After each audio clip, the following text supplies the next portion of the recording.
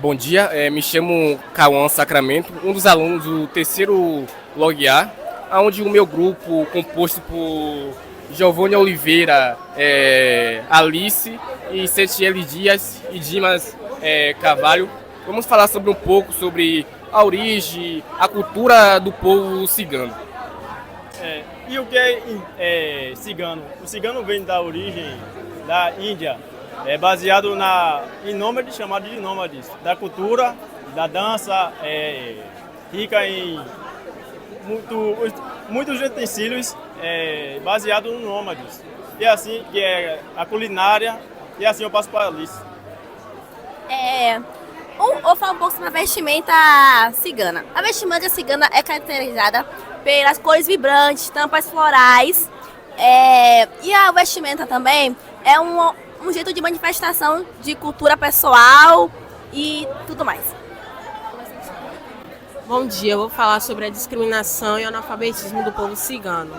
Eles, desde sempre, sofrem muita discriminação, tanto que eles não podem participar de escola, eles não podem participar do emprego, e eles têm que omitir que são ciganos, porque quando descobrem que são ciganos, eles são expulsos dos ambientes e eles têm que se mudar, procurar outro lugar para se mudar, até que descubram de novo que eles são ciganos. E dessa forma eles não podem participar das escolas e se mantêm analfabetos, a maioria deles, pelo menos no Brasil, e assim eles não podem mudar a realidade deles e continuam marginalizados perante a sociedade. Bom, para combater o analfabetismo e a discriminação sofrida pelos povos ciganos, é necessário adotar medidas multifacetadas, como uma educação inclusiva, promovendo programas educacionais que incluam a cultura dos povos ciganos, de forma que nas escolas, de forma que respeitem sua história e tradição, e capacitação e respeito, tipo, introduzindo a cultura em escolas e comunidades, para poder, de certa forma, incluir eles na sociedade e permitir que se formem. E por fim, vou falar um pouco sobre a religião cigana. É importante saber e frisar que o povo cigano ele não tem uma religião específica. Basicamente, o povo cigano, ele conjunto de crenças, onde principal que não existe uma imagem de um deus, de uma deusa, entende? Basicamente é isso.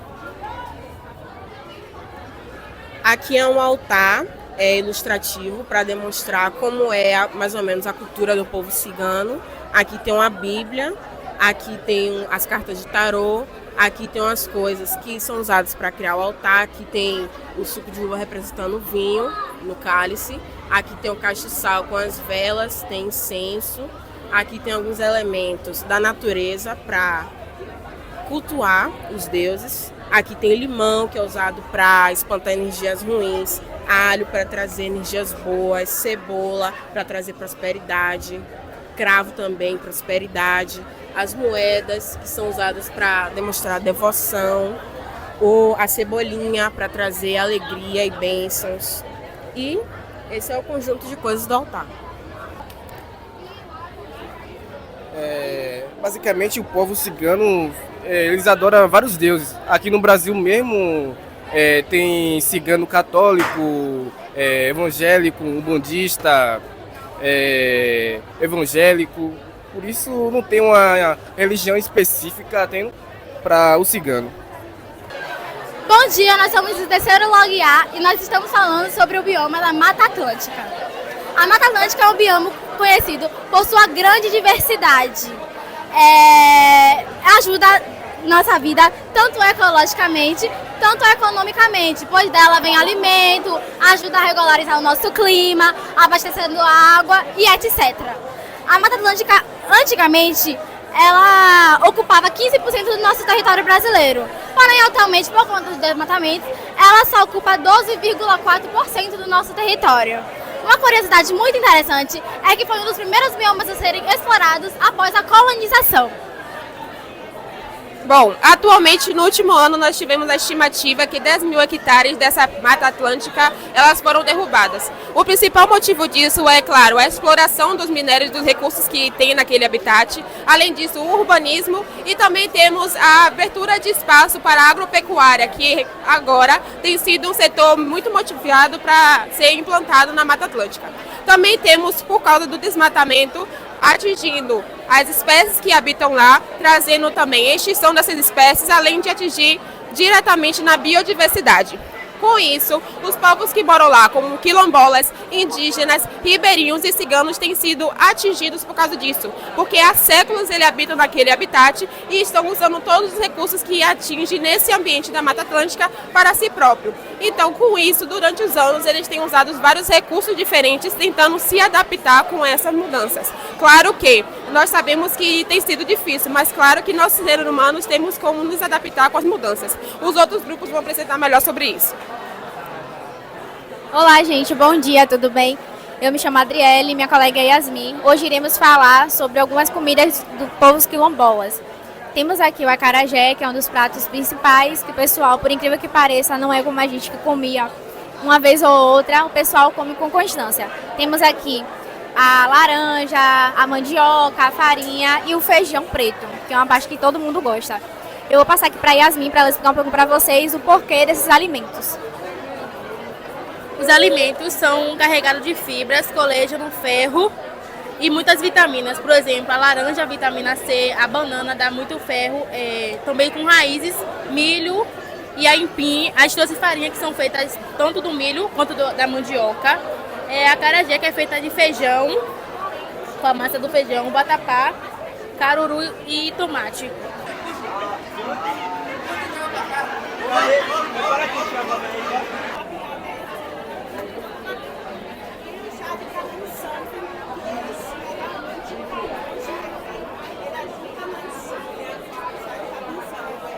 Bom dia, a gente vai apresentar sobre a Mata Atlântica, sustentabilidade e saberes indígenas.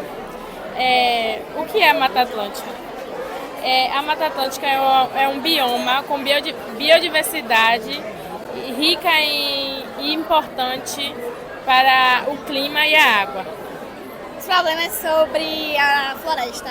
90% da floresta foi destruída pelo desmatamento causado pela agricultura e o urbanismo.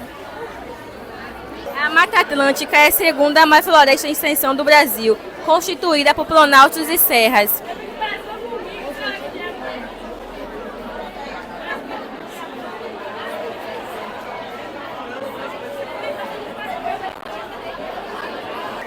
Bom dia, nós somos do 2º ADMA e hoje a gente vai falar sobre o bioma da Caatinga, que é um bioma que vive sob a ameaça da desertificação. E a gente vai falar também sobre como evitar esse acontecimento, passando para o stand que mostra a nossa maquete que a gente fez. Olá, bom dia. Hoje nós vamos apresentar sobre a Caatinga, né? E aqui está a nossa maquete. Então, vamos lá. Como a Caatinga é muito seco, que demora um tempo para chover, 40 dias, então aqui tem a cisterna, né? E tem um carro-pipa também, que leva para casa das pessoas. E também temos as camadas. E aqui está o rio, que é o Rio São Francisco. E aqui também estão os animais que se adaptaram a conviver lá na Caatinga, por contas que lá não tem muitos alimentos e nem água também. E também aqui estão os cactos, as plantações, que estão sem hábitos também para se adaptar lá. É isso, professor.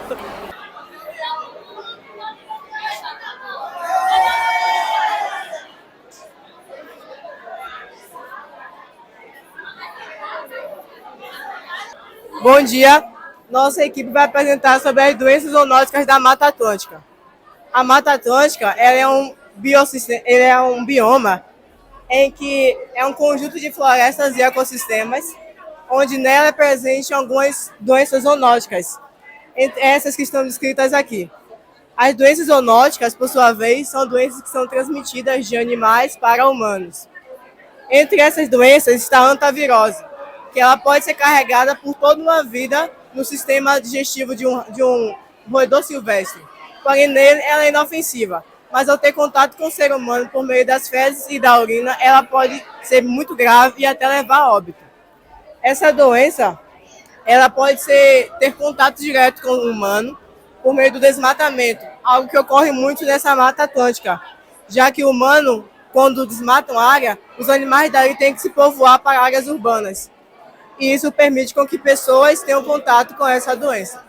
Então, o desmatamento, além de balancear o ecossistema, pode causar uma epidemia ecológica.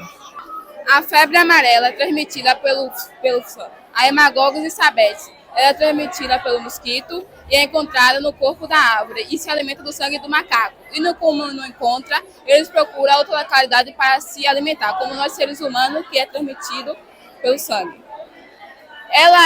Os sintomas são dores, febre, mal-estar, vômito, e é encontrada na parte do oeste da Bahia, no sul do Piauí e no centro-oeste das Minas Gerais.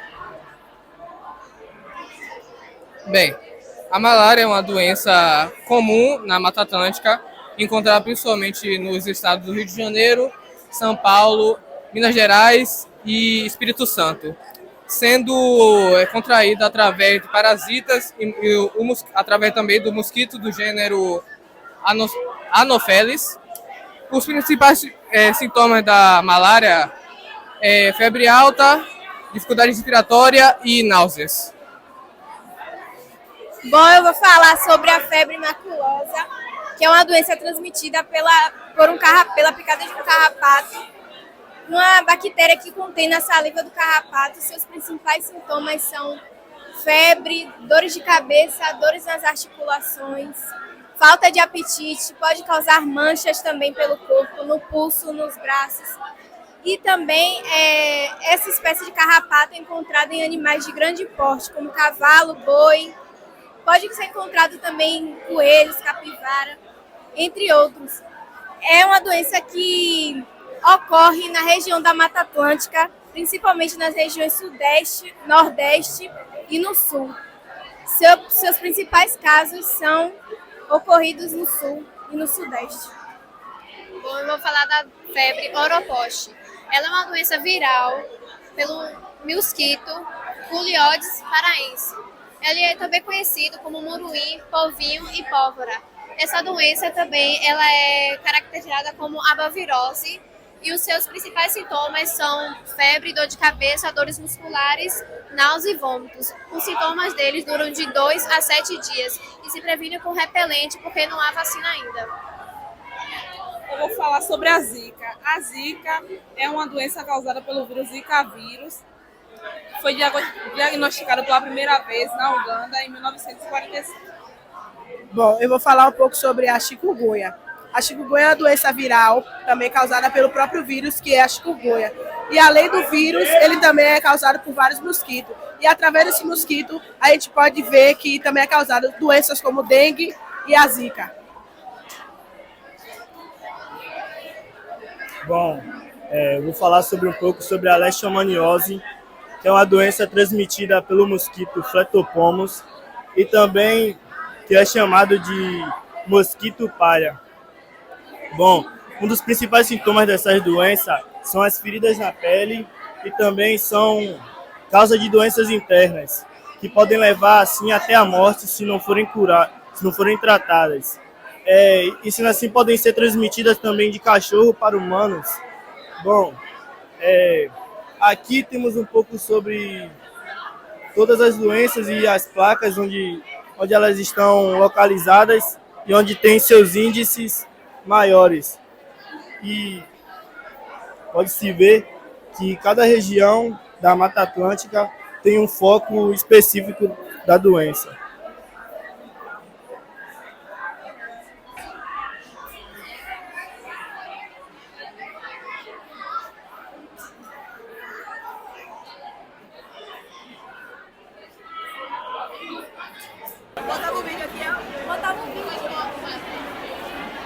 É muito linda essa maquete, velho.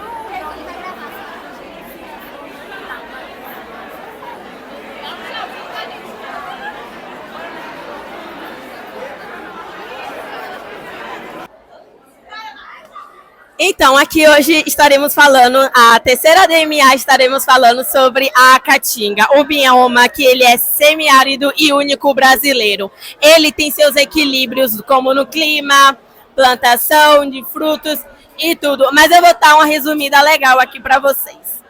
Estarei falando de como é tipo um bioma cheio de desafios, por causa de suas secas na vegetação espinhosa. Vocês muito devem se conhecer por ter, tipo, Caatinga deve ter muito o quê? Cacto, seca e tudo. É o que a gente sabe, porém tem muitas coisas por trás, como nosso grupo aqui vai explicar melhor para vocês. Exclusivamente brasileiro, ocupando cerca de 10% do território nacional, elevando baixa disponibilidade de água, resultando uma vegetação adaptada à seca, ou seja, tudo que tem nela é de adaptação somente a ela. Você não pode se pegar uma outra colheita, sabe? Tipo, tudo nela é somente para ela mesma.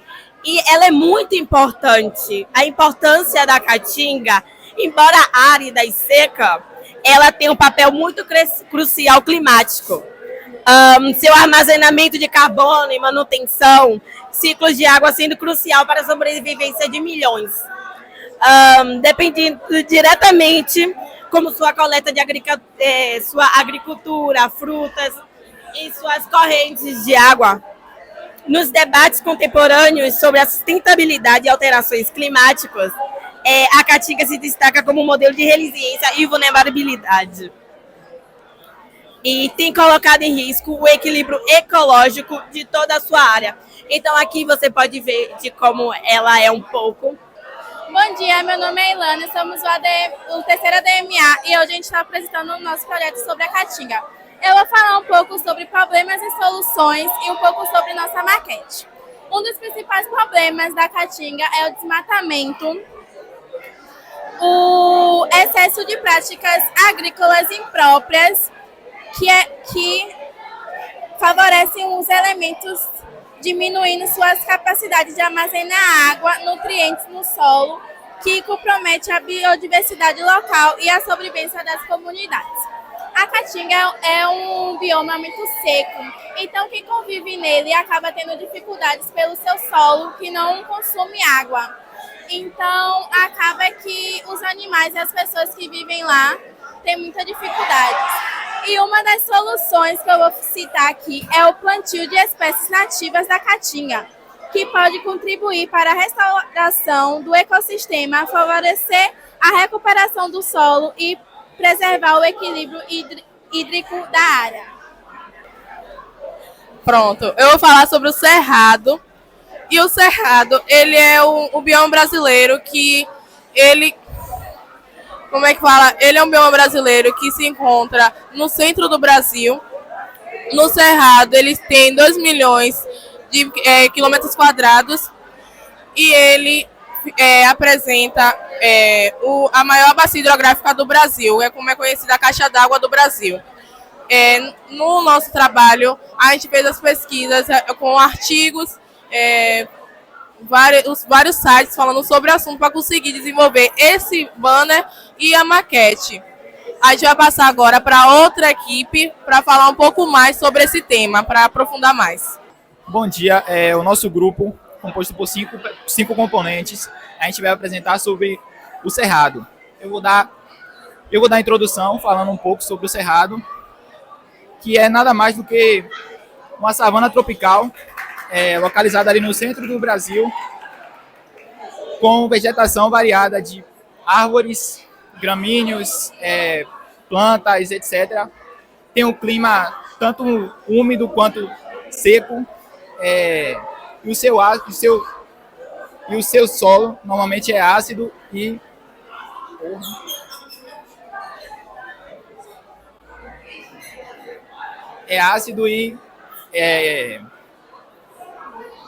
pobre em nutrientes. Agora eu vou passar para Amanda. Bom, eu me chamo Amanda e eu vou falar um pouco sobre a flora do Cerrado.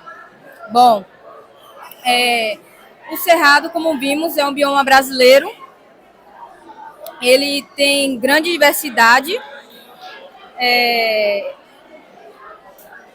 possui mais de 12 mil espécies de plantas e frutas. Bom, muitas delas são endêmicas do bioma, ou seja, somente o bioma tem.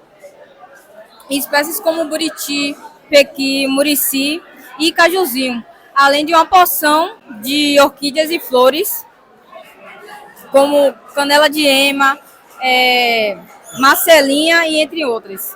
Bom, como foi citado, a sua vegetação é composta por gramíneas, também pequenos arbustos e árvores com troncos retorcidos. Tem a presença também de animais como tamanduá-bandeira, tucano e lobo-guará. Bom, além disso tudo, o bioma ele apresenta diversas utilidades, tanto para medicinal como para alimentação, artesanatos e entre outros usos. Agora eu vou passar para Júlio. Prazer, meu nome é Júlio César. Eu vou falar sobre a questão do clima, que tem característica de duas partes, assim, questão né, do clima, né? Que é tanto a seca, que vem entre no mês de maio e setembro, e a parte chuvosa, né? Que sempre vem na parte de outubro e março. E tem temperaturas, né, que é a questão do chuvoso, né? De 20 e 28 graus Celsius e a 20 graus Celsius. E é isso, né? Bom dia, eu me chamo Eduarda. Eu vou citar uma das principais características do Cerrado, que apesar de ter como característica seca, nele está presente várias nascentes de bacias hidrográficas, como por exemplo a do Rio São Francisco. E isso faz com que ele tenha a possibilidade de manter o clima e o abastecimento de água da região. Bom dia, nós estamos aqui a maquete representando sobre a Amazônia. Nós vamos falar um pouco sobre o bioma. A Amazônia é de suma importância no planeta, porque ela regula a temperatura do mundo. Também é de importância porque ela tem a maior biodiversidade de vida do mundo.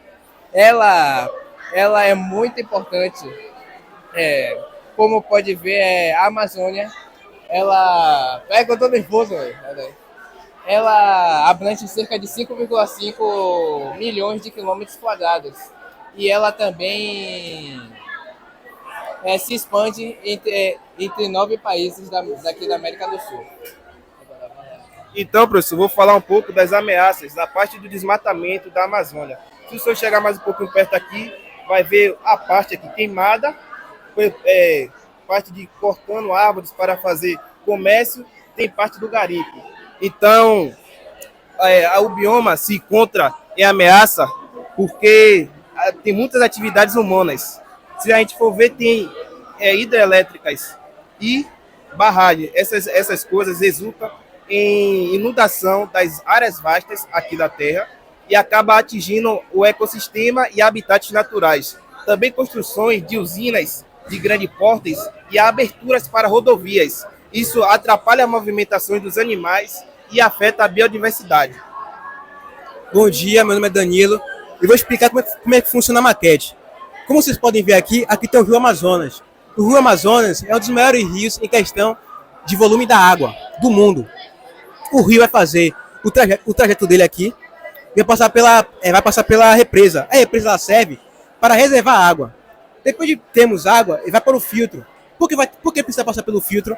Como vocês podem ver aqui, aqui tem um desmatamento e tem também um garimpo ilegal. O garimpo ilegal joga muito resíduos químicos e também mercúrio, que afeta a água e ela fica imprópria para o consumo. Depois de ser filtrada, ela é armazenada novamente e vai ser distribuída para vilarejos locais, para consumo. Mas o foco principal aqui são os irrigadores. Para que serve o irrigador? O irrigador ele serve para controlar as chamas. Ele tem sensores nele que vai ligar automaticamente quando tiver algum tipo de temperatura fora do normal, fora da média. E com isso, ele vai fazer que as chamas não se alastrem e preservando assim a área verde. Essa é a nossa maquete e esse aqui é o nosso banner aqui, Esse é o nosso banner.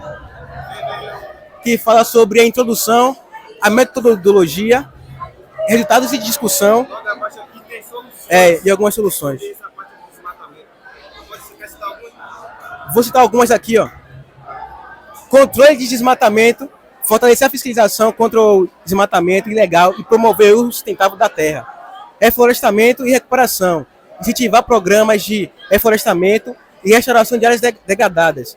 Economia sustentável, fomentar o manejo sustentável de recursos naturais, como o açaí e a castanha, e incentivar práticas agrícolas sustentáveis. Proteção dos recursos hídricos, monitorar a qualidade da água e restaurar matas ciliares. Proteção de territórios indígenas, respeitar e proteger as terras indígenas e apoiar práticas tradicionais sustentáveis. Isso aqui são os exemplos. Bom dia, eu vou apresentar sobre o bioma de Pampas. O bioma de Pampas tem a vegetação basicamente composta de gramíneas e poucas árvores. A fauna do bioma de Pampas tem várias espécies de tatus, furões, veados, emas e várias espécies de árvores. O solo do terreno de Pampas é bem fértil, que é muito bom para a agricultura e pecuária. Já que o bioma de Pampas tem um solo de um relevo bastante plano, que é muito bom para os parques eólicos. Bom dia, me chamo Daniel e vou falar sobre os parques eólicos. Os parques eólicos, como podem ver na maquete, os parques eólicos estão perto de uma casa. Isso normalmente não acontece porque os parques eólicos ficam bem distantes da região urbana, por conta de acidentes ou risco com eletricidade. Para que serve uma torre eólica? A torre eólica serve para captar a velocidade, ou na verdade o vento, e transformar ele em eletricidade, levando para uma distribuidora, dependendo da região. Mas aqui no bioma de Pampas, a região não tem uma distribuidora pública, só uma distribuidora privada. Por isso dificulta o acesso à energia eólica para as pessoas mais pobres. Como infelizmente a energia eólica, os distribuidores são particulares, não tem como a gente fazer essa distribuição pública, infelizmente. Como pensando na ideia do Pampas ter muita chuva e ter muito pouco rio, pensamos numa ideia de uma cisterna. A água vai correr pela cisterna. E quando você for abrir, vou querer beber uma água, um café, você vai ter... Como é o nome? Um filtro. Porque a água da chuva tem muito resíduo, como sais, qualquer tipo de coisa que vai ser prejudicial à saúde humana. Há também a letra do nosso poema que a gente fez e um QR Code.